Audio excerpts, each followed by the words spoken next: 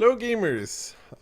Another YouTube video for you. Today on a tank that I have not played myself ever, I think. I've never grinded this tank, I've never played it, because I've always skipped straight to the Rhino. So it's going to be an interesting one with the Progetto 66, the tier 9 that comes before the amazing beast called the Rhino.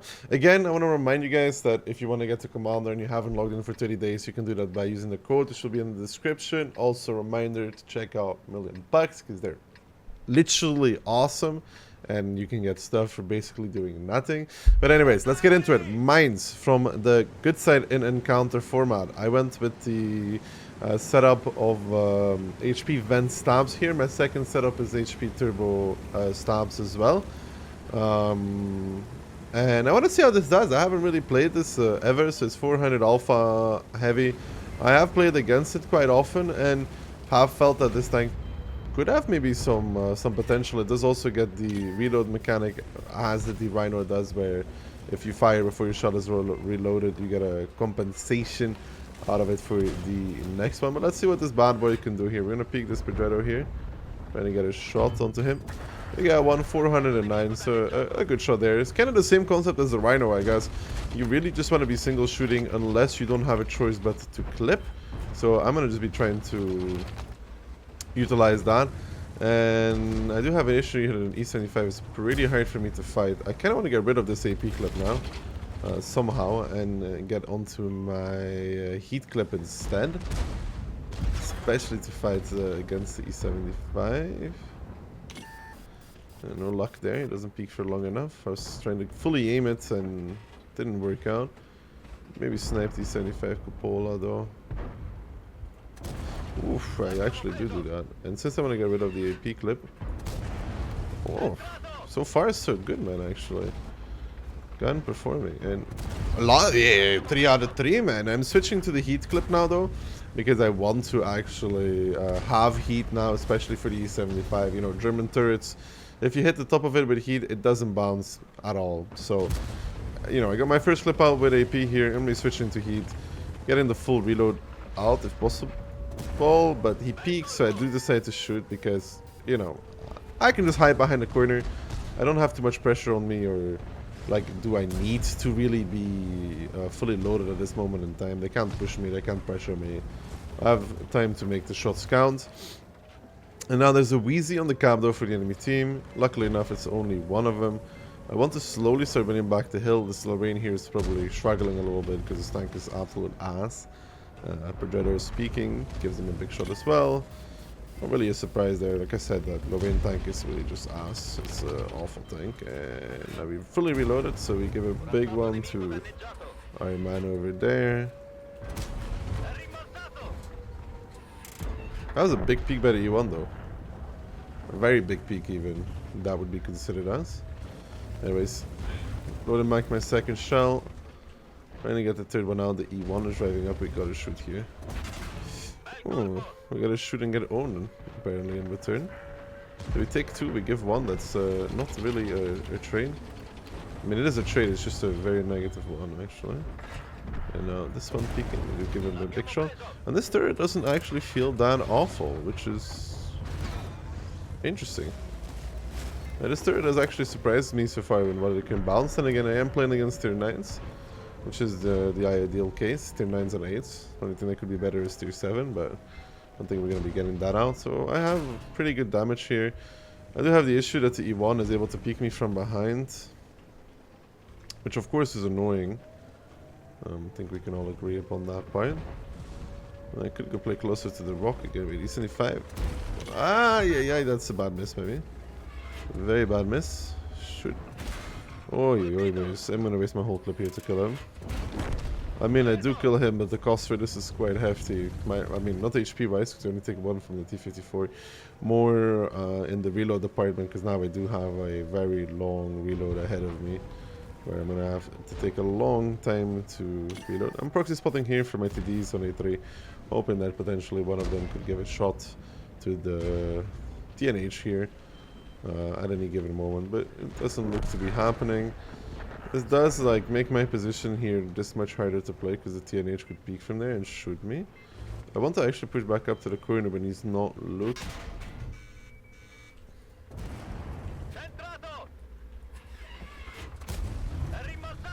No, I gotta be careful though, because he is looking, I think.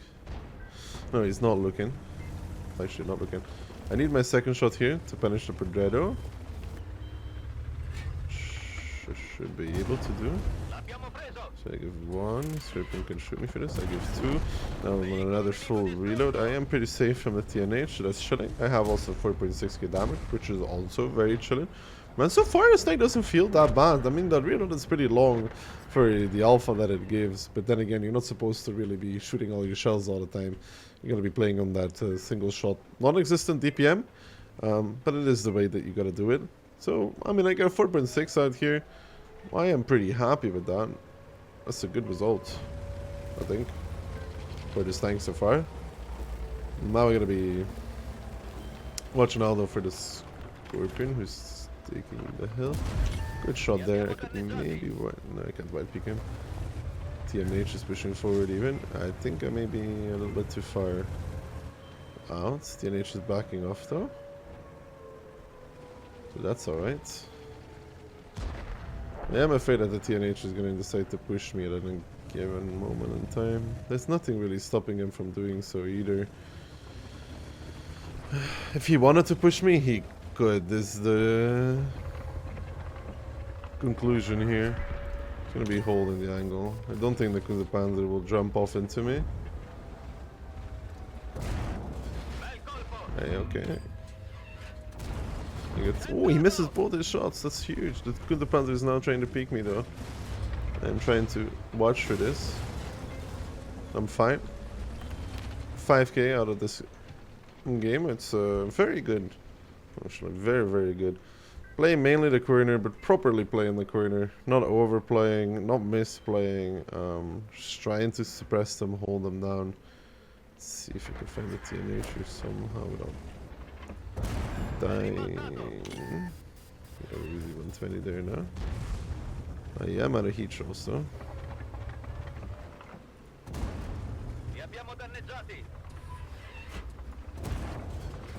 Whew. Another 2 good shells there coming out. 6.5k. We're very happy with that result. It's still an unspotted RHM Waffentrager, and it is a close game. It's a very, very close game. I am very impactful here. I mean, could be very impactful because, of course, I still have a slight amount of HP to play around with. This Type 61 is an issue, though. I would need the Scorpion G to shut him down. I mean, because the Panzer's running away. I am waiting for the Type 61 to peek, which he might. Please even 90. I need the Type 61 spotted. It's what I need right now. I need the Type 61 to die. I need my boy the even 90 to kill him. Get him. Okay. Yeah, I'm even 90. Oh, he's gonna survive. Type 61 is a small gun. Please don't die, even 90. I said, please don't die. And you died. Yes, I feel like I have to repressure the hill here somehow. Good shot there.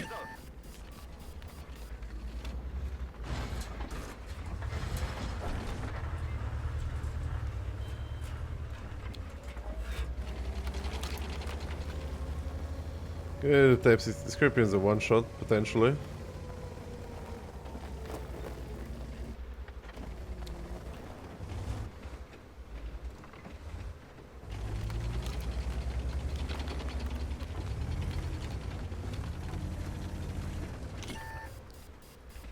Yeah, it misses. That is unfortunate that it missed. I could have done like 1 or 2 more shots here if it didn't miss. Once the Scorpion spotted me, I figured the PC-120 would peak, but you know, the shell missed and it's nothing I can do about it. It's a sick game though for this tank. I mean, 6.5k is a very, very good result. But so far I'm kind of liking it. I mean, the reload is pretty shitty. Like, it's pretty shitty when you're clipping. But overall, I don't know. The reverse speed is kind of terrible as well, though. I want to point that out. Ace tanker on the first battle. So far, it's so good, really, boys. So far, it's so good. I mean, I never played this tank because I skipped straight to the Rhino. I don't know why I would do that on the Killzone account. So like it's like a first time experience for me playing this tank and seeing how it performs. But weird, I don't know, like the CS5 KDPG that we did recently. It's like, I don't know. It's crazy to me that it's possible. Like, I don't consider myself good enough to do it normally, but it worked out. Like, you know, I'm not complaining. It's just interesting. So now we get Lakeville, tier 8, tier 9 again. They have a phase, a TNH, a type, a PTA, a Italian TD, and a 704 as their tier 9s. Not really a worry. You know, I hate going city. It might be more of a team playing thing to go city, but I just don't like it. I legit don't like it. I don't like going there. I feel like my team always stops at A7 or stops too early in the city that we just get put in bad positions and crossfire. So like I kind of refuse going there in anything that has gun depression and a turret. Not necessarily even a turret, but anything that can really play Valley, I just go Valley with it. And you know, you could call me, you know, I mean back in the days Sir Foss said I'm an idiot for going Valley. So, you know, you could call me an idiot for this if you want to. I would understand this comment, but it's just a preference thing, I think. I mean, I don't want to go city, I don't have to go city, you know what I mean? Like, I don't hold nobody can tell me how to play the game at the end of the day. You can advise me, and you can't tell me what to do though, so. Good shot there.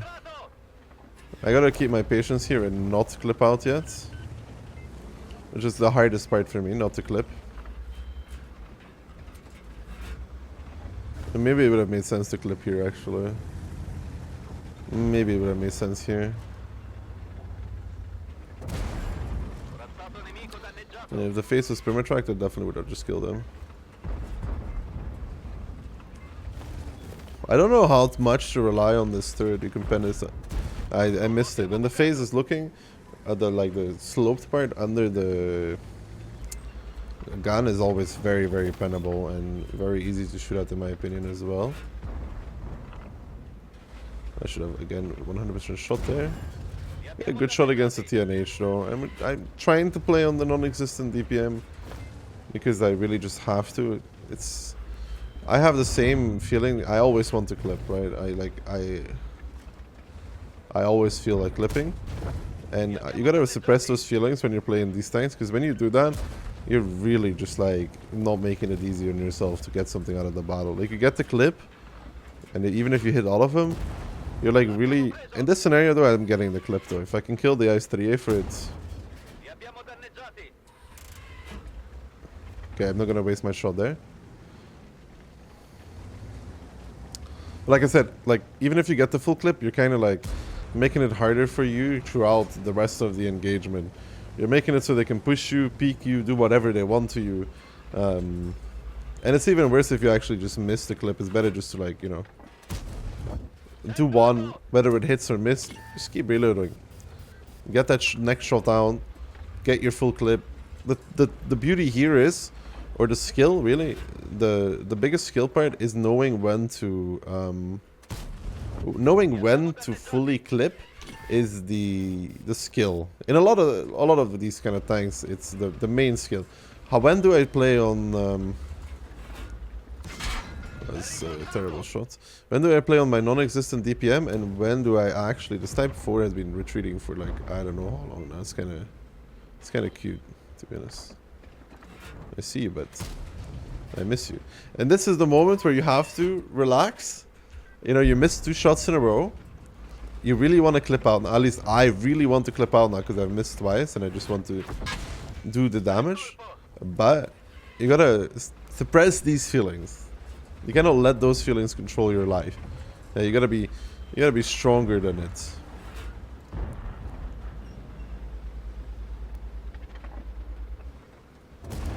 Good shot there against the Ice 3A.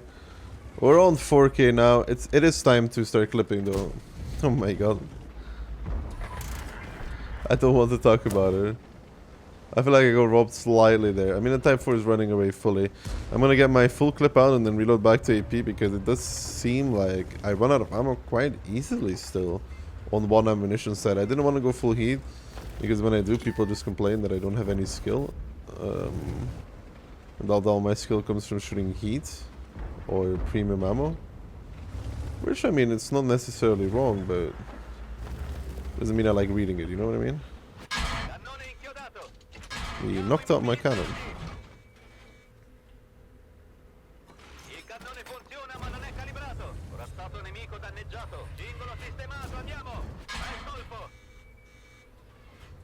I need to be careful here. Okay, good pen there. So I can put myself on 5k now, which is a pretty good result. I probably didn't trade that effectively at this moment in time over here. But, you know, my team will push up now. I'm gonna kill the phase. Probably. I need to be careful on the TNH because he can one-shot me. So can the phase. Technically speaking. There we go. My team is pushing in now. This TNH will die. There you go. He just die. I got my one shot against the face, which is kind of what I'm looking for. I had a second shot against the face. He almost killed me though. He did almost kill me. And I got another 6k battle out of this. And Bing Chilling's in the valley. Probably traded away too much of my HP because the game is not won at all. It's 7-5. And I mean, I can't see the HP in the city for the enemy team. I can't see the HP of my guys either, though, for that matter. Only of the IS-3 and the STRV. So it could be that we have completely decimated them in the city and that the game is over. Or it could also be that we're nowhere near actually winning the game whatsoever. So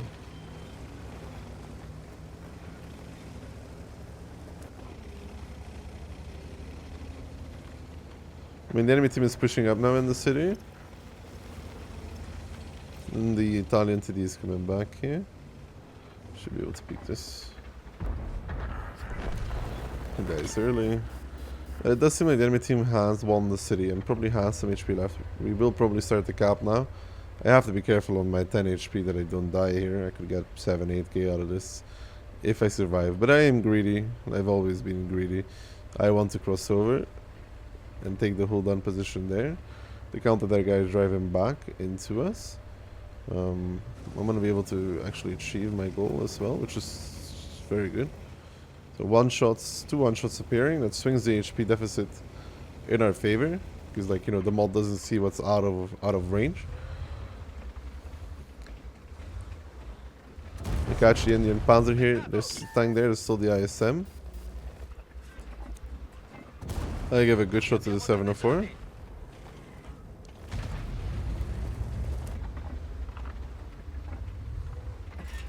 It does seem like we're capping out, so I just want to get my clip out against the PTA. Because okay, we're not going to cap. We're not capping. We're not capping.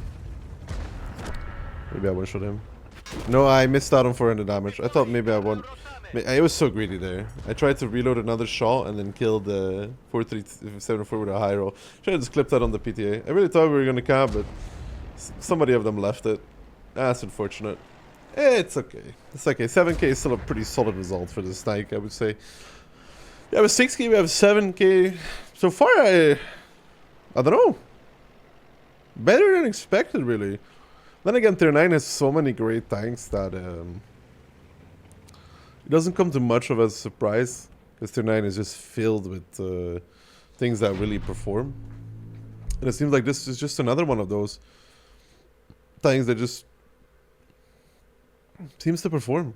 I don't know. I like it. The turret seems to be a bit random.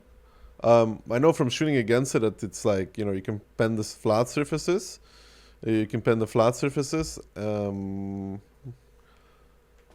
good pen. But other parts can be like a little bit tricky. But, you know, that's 2 aces in a row. 2 sick battles coming out for us. Let's take a look at the field mods while we're at it. I'll move this for you so you can see it. This is kind of the same for every heavy. So we have maintaining speed. You do have to remember that this can mean that you get tracked in one shot even with hardening. Then we take aiming circle sights. We always take the extra view range. And then on the last one, I don't want to take any of the two because I don't want less reverse speed. But I also don't want to make my reload longer. I already don't have any DPM. If I decrease it even further, it's just even worse to play. So I don't think I just go with any of the two there. Like I said, second setup is a HP, turbo, and stabs for big maps. So those are the two setups I run. HP, turbo, stabs, HP, Ven, stabs. You could play other things on this if you want to. It's what I like to play on these kind of heavies. Like I play the same on the VZ55, for example, which is not really comparable to the Predator 66, but anything that doesn't have a rammer, this is kind of where I go or where I want to be. I almost always use hardening because I just think it's like one of the best, if not just the best equipment all around in the game, because of the fact it makes you survive longer, gives you track protection. It's just sweet to have. So we get Mannerheim line, we get tier 8, 9 again. They have an AMX, an E75, a TNH, a Char, Skoda, and the Italian TD as their tier 9s. We get double Char for Tour, T55 with Tortoise, an Email 2, and a Predator 66. So they do get an extra heavy for some mysterious reason at tier 9, which does mean that we have to be worried about going south because they have that extra heavy, which I don't understand why, but whatever. We do have the Tortoise though, so technically we could also have a heavy in disguise, which is the Tortoise, if he decides to play his Tortoise to the strengths that the tank provides, which is not a sniper tank, but a brawling tank. But it looks like he thinks that because it has a, you see the triangle shaped, because it has a triangle shaped icon, it means that you have to play in the back. The ATD players learn that that is not the case in the ATDs, such as T30, Tortoise, and many others. Is the day that all of us should be afraid of playing the game, dude. Because that is the day that they become sentient and have evolved into their next state. Anyways, we go south here. We have a Tiger, an ISM, an Email 2, and a Char for Tour with us. The Char for Tour getting the early spot, spots out the TNH. I'm spotting out the Skoda T56 and the Italian TD. I'm always driving like this because I spot them early, and when I spot them early, this happens because you have to dip where the EMX is dipping. You see where the enemy EMX is dipping, that's actually the position where you have to drop down. Otherwise, what happens to you is what happens to the enemy team right here, which is that you lose a tank for free.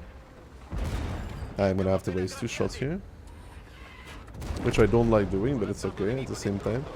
I do not believe the enemy team has the cojones required to push me here.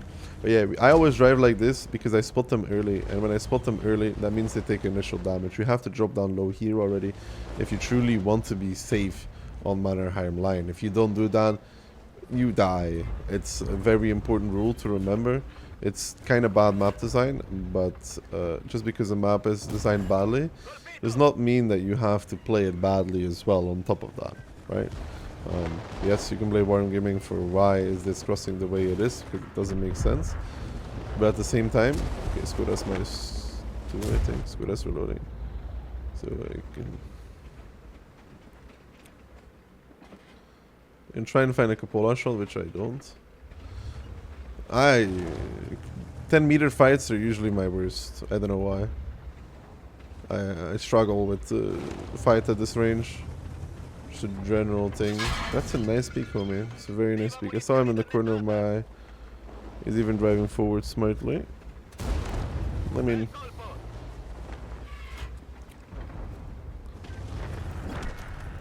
it was a smart peek. For a second. For a second or two, it was a smart peek. I'm gonna wait for my last shot here. I would love if the AMX actually tried to pick me. The fear. The sheer fear that I put into the enemy's hearts here.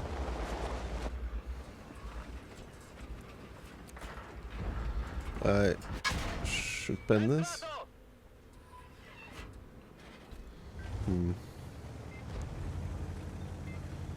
not too useful here right now, and I'm also not able to really push this guy because of the fact that he has a unspotted TNH behind him. Yeah, I mean, this, you know, if you're standing still for that long, even a grandpa like me is gonna hit your cupola, to be honest. I mean, if the Emil would like grab the cojones and push in, I would follow him. I'm so scared. He's sliding off. I'm betting now he slides off, right? It's always the same, man. You always speak high, never low. The Skoda is not much better, though, actually. My Emil drowns. Their Skoda dies. I get pushed to the ass by a Treffer, who's, I think, is going for it, man. Who's also not sliding down. So, good shit by the Treffer here, man. I'm gonna load my second shell and kill the AAMX. I don't need to do that because the other guy kills him. I finish TNH. And now I can move alongside the water. This here is not that hard. Actually, you want to take speed. When you do this, you want to take speed. And then you just drop down here. And then you tap left and right. Left and right, left and right. You can pick up here. That's a safety point.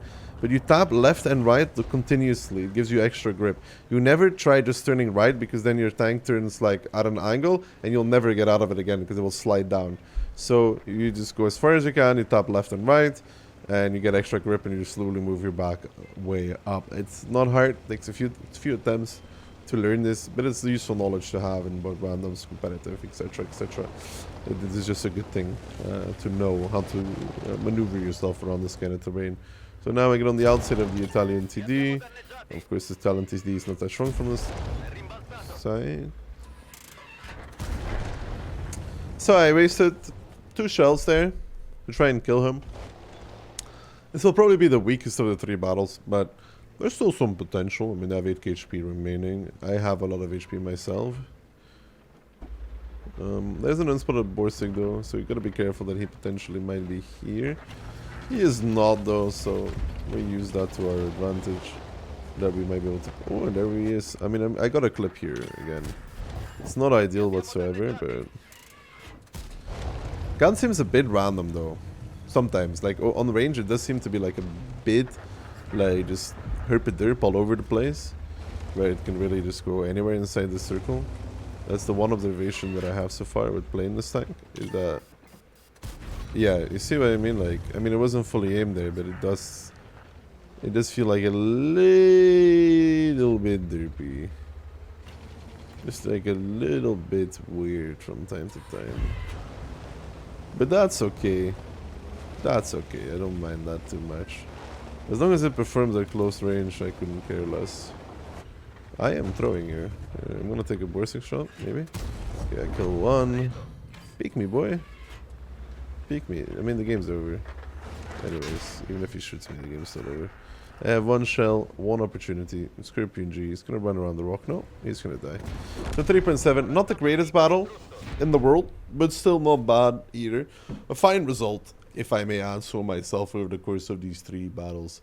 As a first time experience on this tank, it was pretty chill. I kind of liked it. It's not the best heavy at tier 9 by far. The reload is long.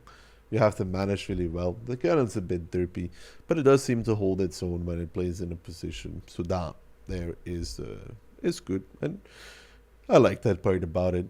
That will be it for today's YouTube video on the Progetto 66. If there's another tank you guys would really like to see, please leave it in the comments down below. I will check it out. Yes, I recorded this right after the territory. So 3 battles, 5.7.